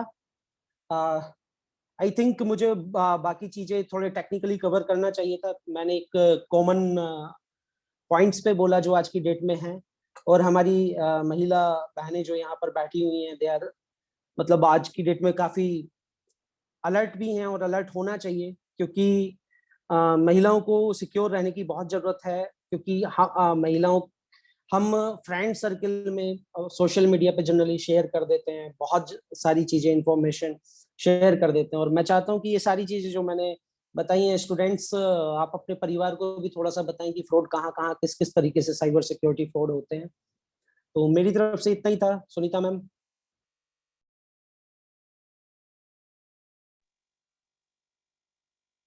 थैंक यू सर, बहुत बहुत धन्यवाद। आपने इस समसामयिक ज्वलंत मुद्दे पर, इस गंभीर समस्या पर बहुत ही गहन, विस्तृत, उच्च स्तरीय, प्रामाणिक, शोधपरक और तकनीकी जानकारी दी। निश्चित रूप से हमारा ज्ञान वर्धन हुआ है और बहुत ही इस उपयोगी जानकारी से हम लाभान्वित हुए। और आपने बहुत सी ऐसी धाराएं बताई कि साइबर क्राइम किस प्रकार का है और कितने कैटेगरी का है, और किस कैटेगरी में कौन कौन सी उसमें धाराएं लगती हैं और कितना जुर्माना लगता है, क्या सजा होती है, उस पर भी आपने बहुत विस्तार से प्रकाश डाला। और हमें क्या क्या सावधानी रखनी चाहिए, किस तरह से हमें अपने गैजेट्स को उपयोग में लाना चाहिए सावधानी रखते हुए, ताकि हम साइबर क्राइम का शिकार ना हो और हम सुरक्षित रहें और किसी प्रकार के शोषण का शिकार ना हो। बहुत बहुत धन्यवाद सर, बहुत बहुत धन्यवाद। हम आपके आभारी हैं। Thank you ma'am. Welcome sir. कार्यक्रम को आगे बढ़ाते हुए मैं case worker department of one stop centre Rampur Uttar Pradesh की डॉक्टर नाहिद अंजुम मैडम को सादर आमंत्रित करती हूँ कि वो इस विषय पर अपने विचार व्यक्त कर हम सभी को लाभान्वित करें। Doctor Nahid Anjum madam. नमस्कार, मेरी आवाज आ रही है ना सबको? जी जी जी, मैं वन स्टॉप सेंटर से केस वर्कर। मैं सबसे पहले थोड़ा सा वन स्टॉप सेंटर के बारे में बताना चाहूंगी, क्योंकि साइबर क्राइम और महिला सुरक्षा की बात हो रही है, जिसमें हमारा वन स्टॉप सेंटर एक बहुत ही महत्वपूर्ण भूमिका निभाता है। सबसे पहले शायद सभी लोग नहीं जानते होंगे कि वन स्टॉप सेंटर है क्या। वन स्टॉप सेंटर की स्थापना निर्भया कांड से की गई थी 2015 में। पहले ये कुछ जिलों में था, लेकिन अब ये हमारे 75 जिलों में चालू किया गया है। इससे महिलाओं को काफी हेल्प मिलती है और उनकी काफी हद तक सहायता होती है। तो वन स्टॉप है क्या? वन स्टॉप सेंटर एक ऐसा स्थान, ऐसी जगह है जहां एक ही छत के नीचे महिलाओं की सुरक्षा को लेकर काफी सेवाएं प्रदान करता है। सबसे पहले कोई भी महिला के साथ अगर मारपीट होती है तो उस स्थिति में रेस्क्यू करके महिला की सहायता की जाती है। दूसरा, अगर उस महिला के साथ मारपीट हुई होती है तो उस महिला की प्राथमिक उपचार हेतु यहीं पर हमारे पैरामेडिकल स्टाफ भी है जो प्राथमिक उपचार देता है। तीसरा है, अगर कोई महिला अपने केस में काफी परेशान है, काफी सालों से इसका कोई केस चल रहा है और वो उसमें एक लीगल एडवाइस यानी कि एक अच्छा वकील चाहती है, एक एडवाइस चाहती है, तो वो भी हमारे यहाँ से उसको सुविधा दी जाएगी। अगला है काउंसलिंग। काउंसलिंग इसका मेन पार्ट है, क्योंकि काउंसलिंग के माध्यम से ही सारे केस सॉल्व किए जाते हैं। और जैसे कि कोई अज्ञात महिला हमारे वन स्टॉप सेंटर को प्राप्त होती है या पुलिस द्वारा वन स्टॉप सेंटर पर आती है, तब उस महिला की काउंसलिंग की जाती है, या मानसिक रूप से विचलित महिला का उपचार हेतु उसकी काउंसलिंग की जाती है, या कुछ ऐसी महिलाएं या बालिकाएं जो अपना घर छोड़ देती हैं किसी कारणवश, उनको पुलिस द्वारा यहाँ लेके आया जाता है और उनकी काउंसलिंग की जाती है ताकि वो सुरक्षित अपने घर पर पहुंच सके। और कुछ ऐसी सुविधा भी है कि 5 दिन रहने का हमारे यहाँ प्रावधान है शेल्टर के रूप में। जैसे कभी कभी होता है कि किसी केस में ससुराल पक्ष महिला को घर से निकाल देता और ऐसी स्थिति बन जाती है कि पड़ोस वाले भी उसको आश्रय नहीं देते हैं। तब ऐसी स्थिति में उस महिला की सुरक्षा हेतु वन स्टॉप सेंटर द्वारा 5 दिन का अस्थायी रूप से शेल्टर दिया जाता है ताकि वो सही समय पर और सुरक्षित स्थान पर पहुंच सके वन स्टॉप सेंटर के माध्यम से। तो ये वन स्टॉप सेंटर की जानकारी थी। और बात हो रही है महिला सुरक्षा की, तो जिसमें इसकी एक बहुत महत्वपूर्ण भूमिका है। और यहाँ बात हुई है अभी साइबर क्राइम की, तो मैं भी कुछ एग्जाम्पल हैं जो साइबर क्राइम के यहाँ आप लोगों के साथ शेयर करना चाहूंगी, जिसमें हमारी यहाँ महिलाएं, खास करके नई उम्र की जो लड़कियां हैं, वो बहुत शिकार होती हैं। सबसे पहले व्हाट्सएप हम सभी लोग चलाते हैं, फेसबुक चलाते हैं, जैसे आप सुनीता मैडम ने बताया, सर ने बताया कि हम फोटो अपलोड कर देते हैं, उसमें पता चलता है कुछ अनजान व्यक्ति भी हमारे फोटो पे कमेंट कर देते हैं। तो कुछ ऐसे कमेंट जो हमें असहजता महसूस कराते हैं, तो हम उसके लिए भी कदम उठा सकते हैं कि अपनी उस बात को रखें या उसके लिए शिकायत करें, क्योंकि ये हमें पता होना चाहिए अगर कोई भी व्यक्ति हमारे फेसबुक पे या हमारे व्हाट्सएप पे या हमारे इंस्टाग्राम पे कुछ भी गलत कमेंट करता है, तो उसके लिए भी कानून बनाए गए हैं और वो गलत है। ठीक है, तो उसके लिए हम वन स्टॉप सेंटर की भी हेल्प ले सकते हैं। और वैसे ही महिला की सुरक्षा और साइबर क्राइम को देखते हुए हर थाने में एक साइबर क्राइम हेल्प डेस्क बनाया गया है, जिसमें हम अपनी शिकायत को रख सकते हैं। आजकल एक बहुत वीडियो कॉल चल रहा है, जिसमें क्या होता है कि हमारे पास एक न्यू नंबर से वीडियो कॉल आता है और हम बेसिकली उठा लेते हैं, क्योंकि सोचते हैं ना पता नहीं कौन कर रहा है वीडियो कॉल। तो सामने से क्या होता है, कोई भी लड़की या लड़का विदाउट कपड़ों के होता है, और जब हम जैसे ही रिसीव करते हैं तो वो हमारा स्क्रीनशॉट ले लेते हैं, और स्क्रीनशॉट लेने के बाद उस आधार पर हमें ब्लैकमेल करते हैं। तो ये चीज हमें पहले से पता होनी चाहिए और इसके लिए हमें घबराना नहीं चाहिए, क्योंकि हम गलत नहीं है उसमें, हम गलत नहीं है उसमें। तो हमें उसकी तुरंत सूचना पुलिस को देनी चाहिए या वन स्टॉप सेंटर में भी आप उसकी सूचना दे सकते हैं। वन स्टॉप सेंटर में अगर आप किसी भी प्रकार की कोई सूचना देते हैं तो उसको गोपनीय रखा जाता है, किसी को उसके बारे में बताया नहीं जाता। तो इस तरह की कॉल से भी आप बच सकते हैं। और पहले कोशिश करिए कि अगर किसी न्यू नंबर से वीडियो कॉल आ रहा तो हम उसको अवॉइड करें, हम अपने जान पहचान वाले ही बंदों की कॉल उठाएं, क्योंकि ये हमारे यहाँ वन स्टॉप सेंटर में काफी ऐसे केस आए हैं। और खास करके ऐसे केस, क्योंकि कई बार जैसे मैडम और सर ने बताया कि हम अपना नंबर, अपनी सारी डिटेल फेसबुक पर मेंशन कर देते हैं। बाद में क्या होता है कि कुछ लोग हमें ट्रैक करते हैं और ट्रैक करने के बाद जो भी हमारी इंफॉर्मेशन होती है उसके आधार पर हमारा पीछा करना, हमें ब्लैकमेल करना।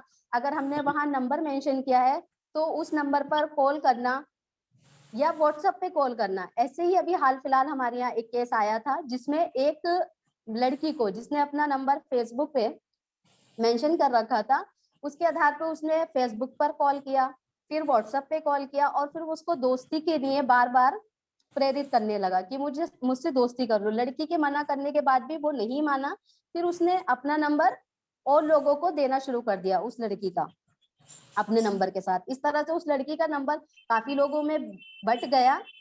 तो सबसे पहले हमें यही करना है कि किसी भी कंडीशन में अपना नंबर फेसबुक और इंस्टाग्राम पर मेंशन नहीं करना है,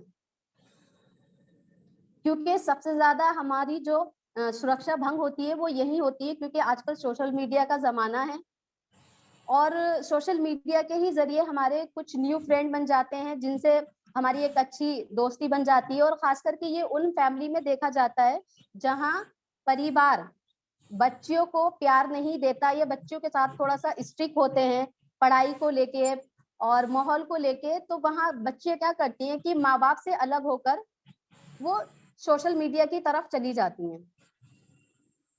फिर जो उस टाइम उनके सर्कल में जो भी दोस्त होता है वो क्या करता है कि वो उनको मीठी मीठी बातों में उलझाते रहते हैं और इससे वो एक उनके बीच रिलेशन बन जाता है और इसी के चलते लड़कियां घर से निकल जाती हैं। तो हमें इस चीज पर भी ध्यान देना है कि अगर हमारी फैमिली स्ट्रिक्ट है तो हमें अपनी फैमिली को समझना है, उसका गलत नहीं लेके जाना है और परिवार को भी ये चीज समझनी है कि अगर हम अपने बच्चे के साथ इतना स्ट्रिक्ट व्यवहार कर रहे हैं तो कहीं हमारा बच्चा दूसरी दिशा में तो नहीं जा रहा, क्योंकि महिला जो असुरक्षित है वो घर से ही असुरक्षित है। क्योंकि इसके काफी सारे केस हमारे यहाँ आते हैं, क्योंकि कई बार होता है कि माँ बाप पढ़ाई के लिए प्रेशर डाल रहे होते हैं, वो मोबाइल यूज करने नहीं देते, ऑनलाइन क्लासेस पे ध्यान नहीं देते, तो फ्रेंड सर्कल भी कम करा देते हैं। इस चक्कर में बच्चे क्या करती हैं फिर एक अलग ही सर्कल बना लेती हैं। और हमारे यहाँ ऐसे केस हुए हैं जिसमें लड़कियां दिल्ली चली गई। दिल्ली जाने के बाद उन्होंने एक मतलब होटल बुक किया, वो भी एक रिक्शे वाले से, रात में होटल पूछा और वहां पे वो रुकी, लेकिन उनके पास कोई आईडी नहीं थी।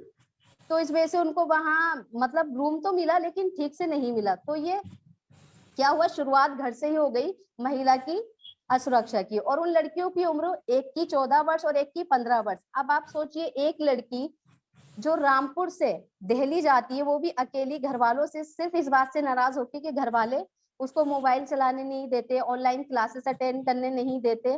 इस चक्कर में क्योंकि वो बहुत ज्यादा स्ट्रिक्ट हो गए शायद उनके परिवार में, किसी लड़के की कॉल आई थी फोन पर जिसकी वजह से उस लड़की के लिए वो बहुत स्ट्रिक्ट हो गए और उन्होंने ये कदम उठाया। बाद में पता चला पुलिस द्वारा उन लड़कियों को पकड़ा गया, तब उन्होंने बताया कि हमारे माँ बाप ने हमारे साथ ये किया था। तो मेरा इस बात से ये कहना है कि आप बच्चियों पे जब स्ट्रिक्ट हो रहे होते हैं तो इस चीज का विशेषकर ध्यान रखिए कि हमारे इतने कठोर बनने से हमारा बच्चा किस दिशा में जा रहा है। ठीक है, ये मैं बेसिक बातें इसीलिए बता रही हूँ क्योंकि जो आज के एग्जाम्पल हैं, जो बहुत बहुत बड़े एग्जाम्पल हैं, जो हम लोग यहाँ देखते हैं, सामने से देखते हैं,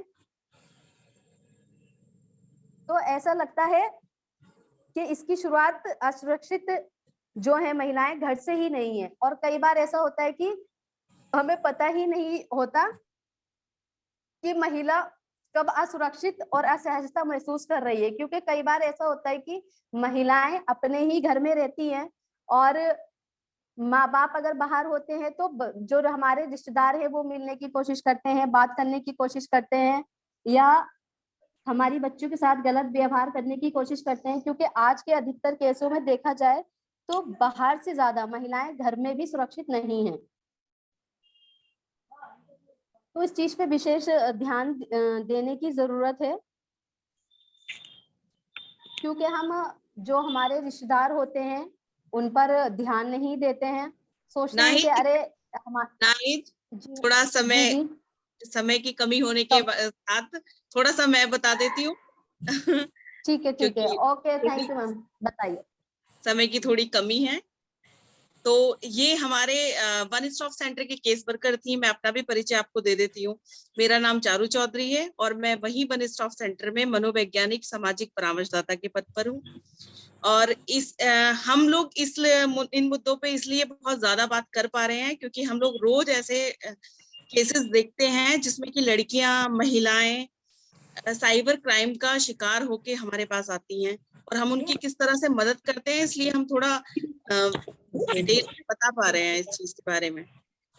तो बहुत सारी महिलाएं जब हमारे पास आती हैं और ऐसे इस टाइप के केसेस आते हैं तो एक जो काउंसलिंग के दौरान पता चलता है कि जागरूकता की कमी उन लोगों में मैं महसूस करती हूँ, क्योंकि सबसे पहले वो ब्लैकमेलिंग का खुद ही शिकार होती रहती हैं और उसके बाद जब बहुत ही ज्यादा हद से ज्यादा चीजें बाहर निकलने लगती हैं, उनके घर वाले इन्वॉल्व होने लगते हैं, तब कहीं जाकर वो मजबूर होकर हम लोगों की सहायता लेती हैं। तो मतलब उस टाइम भी हम लोग बता रहे होते हैं और जब हम लोग मिशन शक्ति के तहत प्रचार प्रसार कर रहे होते हैं तब भी हम महिलाओं को बता रहे होते हैं कि आप जागरूक तो होइए, कम से कम आप ये तो समझिए कि सामने वाला अगर कोई अपराध कोई ऐसी अनहोनी चीज कर रहा है या कोई अप्रिय घटना कर रहा है तो वो एक अपराध भी हो सकती है। आप ये जानिए, तो उसको एहसास तो कराइए कि ये एक अप्रिय घटना है और इसके तहत मैं आप पे कार्रवाई भी करा सकती हूँ। क्योंकि जो इस टाइप के लोग होते हैं ना, वो डरपोक भी बहुत होते हैं। जैसे हम लोग जब हमारे पास महिलाएं आती हैं और हम लोग कहते हैं कि उन लोगों को कॉल करते हैं, उन लोगों को बुलाते हैं, तो उन लोगों की सब अकड़ निकल जाती है। ये हम लोग बहुत अच्छे से देखते हैं जब हम लोग उनको बुलाते हैं, उनकी काउंसलिंग करते हैं। तो कहीं ना कहीं जितने भी साइबर क्राइम के केस आए हैं, जब लड़कियों ने हमें शिकायत की है और नंबर्स दिए हैं कि इस नंबर से हम लोगों को ब्लैकमेल करते हैं, या वो मेरा एक्स बॉयफ्रेंड रह चुका है, या वो इस तरह से मुझे ब्लैकमेल कर रहा है, तो जब हम उनको बुलाते हैं तो उनकी भी एज ज्यादा नहीं होती है, वो भी 20, 21, 22 इतने ही होते हैं और उनकी दुनिया भी बहुत छोटी सी होती है। तो आपको ये समझने की महिलाओं को बहुत जरूरत है कि वो भी बहुत बड़ा गैंग गिरोह नहीं चला रहे होते हैं।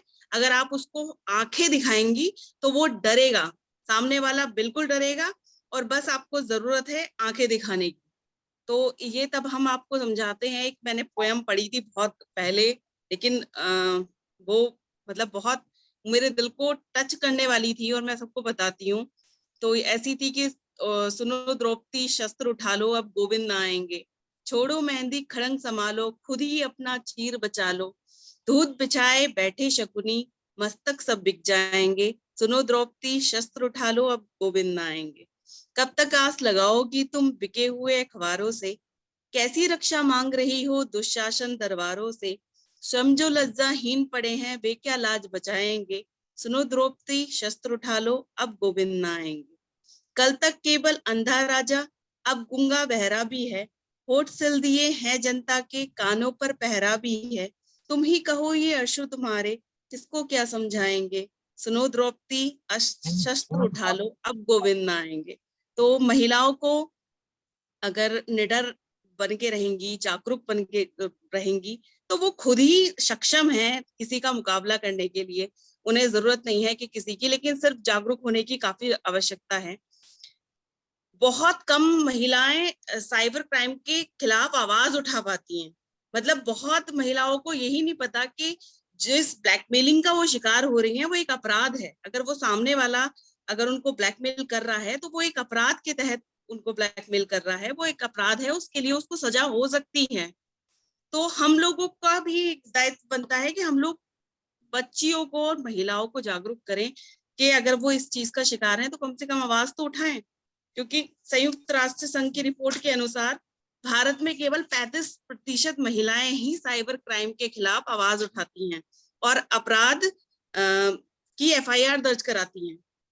46% से ज्यादा महिलाएं साइबर क्राइम की शिकार होती हैं, लेकिन वो कोई भी FIR दर्ज नहीं कराती, और 18% से ज्यादा महिलाओं को पता ही नहीं है कि वो एक ब्लैकमेलिंग का जिसका शिकार हो रही है वो एक अपराध है, वो साइबर अपराध कहते हैं उसको, वो होती रहती हैं। तो हम लोगों को जरूरत है कि हम लोग कम से कम आवाज उठाएं और उन लोगों को जागरूक करें कि आप इसके खिलाफ भी आवाज उठा सकती हैं। और इतना भी हम लोगों को पता है कि हम लोग जब एक कार्यालय चलाते हैं और ऐसे केसेस बहुत आते हैं, तो वो लोग भी बहुत दिलेर नहीं होते हैं, वो भी बहुत हल्की सी हुड़की में डरने वाले लोग होते हैं। तो बहुत सारी चीजें होती हैं, आजकल एक फैशन सा बन गया है। मैं बहुत केसेस देखती हूँ गर्लफ्रेंड बॉयफ्रेंड के या इवन हस्बैंड वाइफ के भी, तो वो लोग अपने अंतरंग पलों की वीडियो बनाते हैं और जब तक उनमें सब सही रहता है तब तक बहुत सही है, लेकिन जब भी उनमें कुछ दरारें आती हैं, ये हस्बैंड वाइफ के लिए भी मैं बता रही हूँ, तो उन्हीं अंतरंग पलों की वीडियो को वायरल कर दिया जाता है या फिर उनको ब्लैकमेल किया जाता है कि वो वीडियो हम वायरल कर देंगे। तो ऐसी भी हैं, और ऐसा नहीं है कि वो जबरदस्ती बनती हैं या उनको पता नहीं होता। बहुत सारी मूवीज ऐसी होती हैं जिसमें महिलाएं खुद भी बनवा रही होती हैं कि हाँ सही है, ये मेरा बॉयफ्रेंड है और इससे ज्यादा मेरे लिए कोई नहीं है, दुनिया यही है। लेकिन जब ब्रेकअप होता है या कुछ गलतफहमियां पैदा होती हैं, अलगाव हो जाते हैं, तो वो ही ब्लैकमेलिंग का शिकार होती हैं। उन्हीं चीजों को लेके लड़के या हस्बैंड भी ना, मतलब क्योंकि हम लोगों के पास महिलाएं ज्यादा केस लेके आती हैं, तो ऐसे मामलों में हस्बैंड भी ब्लैकमेल कर रहे होते हैं कि अब ये तुम्हारे घर वालों को दिखाएंगे या फिर सोशल मीडिया पे डाल देंगे या इस पे डाल देंगे। और हम लोग उनको बता रहे होते हैं कि अगर वे सोशल मीडिया पे ये चीजें डालते हैं तो ये एक अपराध है, उसके तहत उनके ऊपर कार्रवाई हो सकती है। तो बदनामी बहुत ऐसा वो है जिसमें महिलाएं डर जाती हैं, क्योंकि ये एक ऐसी चीजें हैं, जब लड़कियों के मैं अक्सर केस देखती हूँ, तो जब वो हम लोगों को बता रही होती हैं, क्योंकि हमारे यहाँ गोपनीय रखा जाता है इन चीजों को, तो वो बता रही होती हैं, तो उनका ये कहना है कि मैडम जो थोड़ी फ्रीडम हम लोगों को परिवार द्वारा दी गई है वो भी हमसे छीन ली जाएगी अगर हम लोग ये कहेंगे कि साइबर क्राइम का हम शिकार हो रहे हैं। तो साइबर जो अपराध होते हैं वो फोन से ज्यादा होते हैं या लैपटॉप से, या ये चीजें फिर वो लड़कियों से छीन ली जाती हैं। तो छीनना एक निवारण नहीं है, ये भी पेरेंट्स को बताना बहुत जरूरी होता है कि छीनना ही एक निवारण नहीं है। आप कब तक उसको छुपा के रखेंगी या कब तक बाहर नहीं निकलने देंगी। तो आवाज उठाइए, आवाज उठाने के बाद सामने वाला जरूर डरता है। ये हम लोग तो रोज ही इन केसेस को देखते हैं कि जब वादी प्रतिवादी दोनों पक्षों को बुलाया जाता है तो प्रतिवादी पक्ष में कितना क्षमता होती है, कितना वो दिलेर होता है, वो सब दिख जाता है, क्योंकि आते ही वो सबसे पहले उसको सब पता होता है कि वो क्या गलत काम कर रहा है कहीं ना कहीं, और वो आते ही सरेंडर करने की स्थिति में आता है कि नहीं मैम आज के बाद नहीं करूंगा, ये नहीं करूंगा। तो बस महिलाओं को थोड़ा जागरूक होने की आवश्यकता है, और समय की कमी के कारण मैं अब अपने शब्दों को विराम लगाती हूँ। मैम आप कंटिन्यू कर सकती हैं। Thank you so much. बहुत बहुत धन्यवाद चारू मैडम और बहुत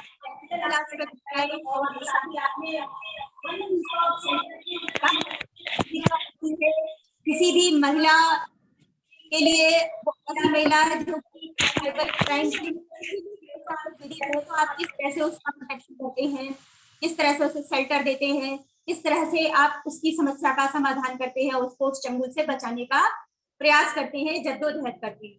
बहुत बहुत धन्यवाद, और हम आपके आभारी हैं। आप टाइम से जुड़े, आपने जो है हमें इतना अपना महत्वपूर्ण समय दिया सेंटर के बाकी कामों को छोड़ करके, और आगे भी हम आपसे हेल्प लेंगे।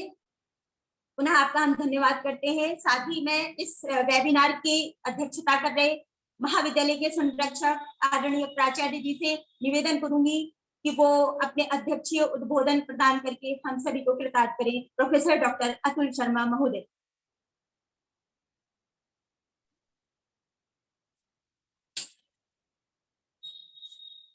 आवाज आ रही है मैडम? सर आ रही है, वेलकम। जो हमारे मिशन शक्ति अभियान में आज एक बहुत ही महत्वपूर्ण विषय पर साइबर क्राइम संबंधित था, उस पर वार्ता हुई और साथ में ये विषय चूंकि शासन के द्वारा साइबर सुरक्षा के ऊपर भी कार्यवाही करने के लिए, जागरूकता फैलाने के लिए महाविद्यालयों को निर्देशित है, तो ये एक अच्छा रहा कि दोनों जो प्रोग्राम हमारे थे वो साइबर सुरक्षा और जो हमारा मिशन शक्ति है उसको हमने साथ में जोड़ दिया। जो विषय है, विषय की गंभीरता जो हमारे अतिथि वक्तागण मिस्टर पाल, मैडम चौधरी जी और शायद नाहिदा जी, कौन है तीसरी वक्ता? चारू चौधरी, डॉक्टर चारू चौधरी, डॉक्टर नाई रंजू, डॉक्टर अभिमन्यु यादव। अभी हमारे तीनों विद्वानों ने और मैडम जायसवाल जी ने जो इस महत्वपूर्ण विषय पर प्रकाश डाला। वास्तव में मेरा ये सोचना है कि जो चीज हमें जितना फायदा पहुंचा सकती है, अगर वो नुकसान पहुंचाने लगे तो वो नुकसान भी उसी क्वांटिटी में आपको ज्यादा मात्रा में पहुंचाएगी। बिल्कुल जैसे आप कहीं बैलगाड़ी से अगर जा रहे हैं और उससे गिर जाते हैं तो कोई खास चोट नहीं लगेगी, आप आसानी से कूद भी सकते हैं इतनी, लेकिन अगर वहीं आप एरोप्लेन से कहीं जा रहे हैं और उसको कुछ हो गया तो निश्चित रूप से आपके बचने के चांसेस जो है वो शून्य बराबर ही होंगे। तो बिल्कुल ये जो हमारे कम्युनिकेशन के जो साधन हैं,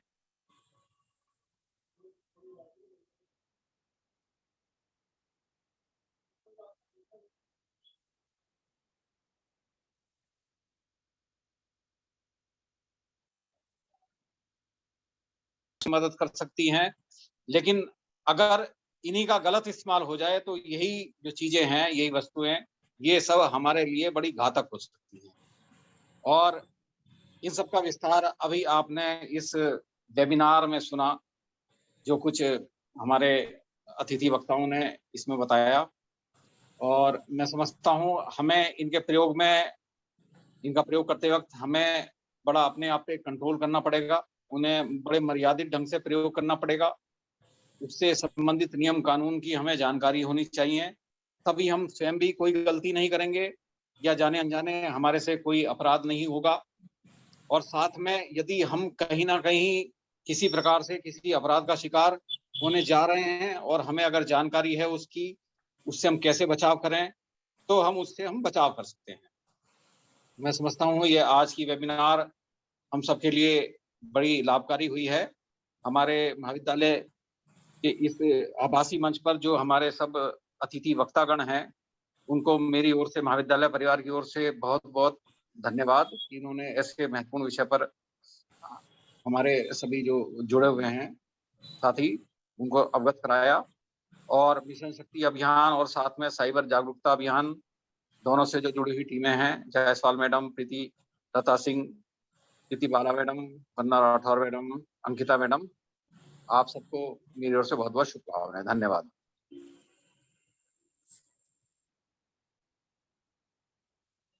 बहुत बहुत धन्यवाद सर, आपने बहुत महत्वपूर्ण बातें बताई, बड़े सारगर्भित तरीके से बताई कि जो हमारे पास जो भी कम्युनिकेशन के साधन है, जो भी हमारे पास गैजेट्स हैं, वो मुसीबत के समय हमारे लिए वरदान साबित हो सकते हैं।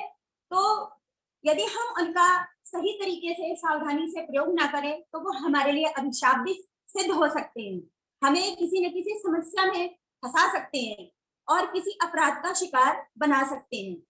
इसलिए हमें इसका मर्यादित तरीके से प्रयोग करना चाहिए और जो सावधानी के नियम है, उन नियमों का अनुपालन करते हुए हमें इन गैजेट्स का प्रयोग करना चाहिए। साथ ही हमें साइबर क्राइम से संबंधित जो भी नियम कानून है, उनकी जानकारी होना बहुत आवश्यक है और कैसे हम सुरक्षात्मक तरीके से इनका प्रयोग कर सकते हैं, उन टर्म्स कंडीशंस को जानना भी बहुत जरूरी है। बहुत बहुत धन्यवाद सर।